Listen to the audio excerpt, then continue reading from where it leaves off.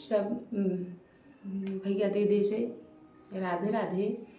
हम एक चुटकुला गीत गावत हई, तो भैया सभी लोग सुनिया फुलवाज के और कमेंट में बताया गीत कैसे है। कमेंट जरूर करें और हमारा सपोर्ट करें भैया, सबसे ये निवेदन है। पियवा मालीपुर में हो, पियवा मालीपुर में लागल बा बजरिया, बजरिया घुमाई देता हो। पियवा मालीपुर में हो, पियवा मालीपुर में लागल बा बजरिया, बजरिया घुमाई देता हो।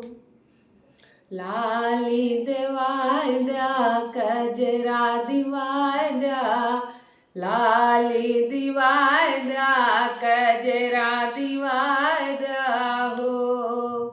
अरे अकबरपुर में हो, पियवा अकबरपुर में लागल बा बजरिया, बजरिया घुमाई देता हो।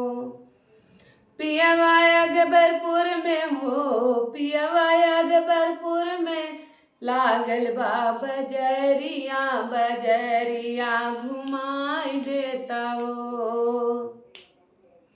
चूड़िया देवाय दा, कंगना देवाय दा, चूड़िया देवाय दा, कंगना देवाय देता हो। पियवा अकबरपुर में हो, पियवा अकबरपुर में लागल बा दुकानिया, चूड़िया दिवाय देता हो।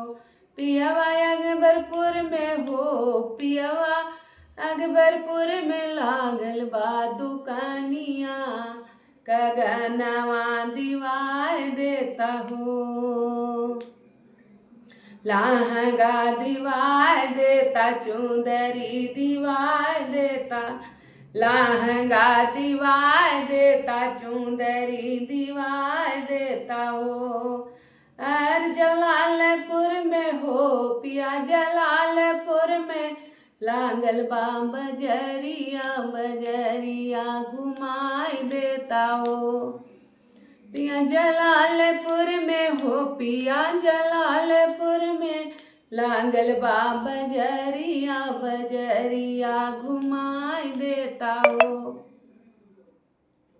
पायल दियाय देता, बिछुआ दियाय देता, पायल दिवाय देता, बिछुआ दिवाय देता हो।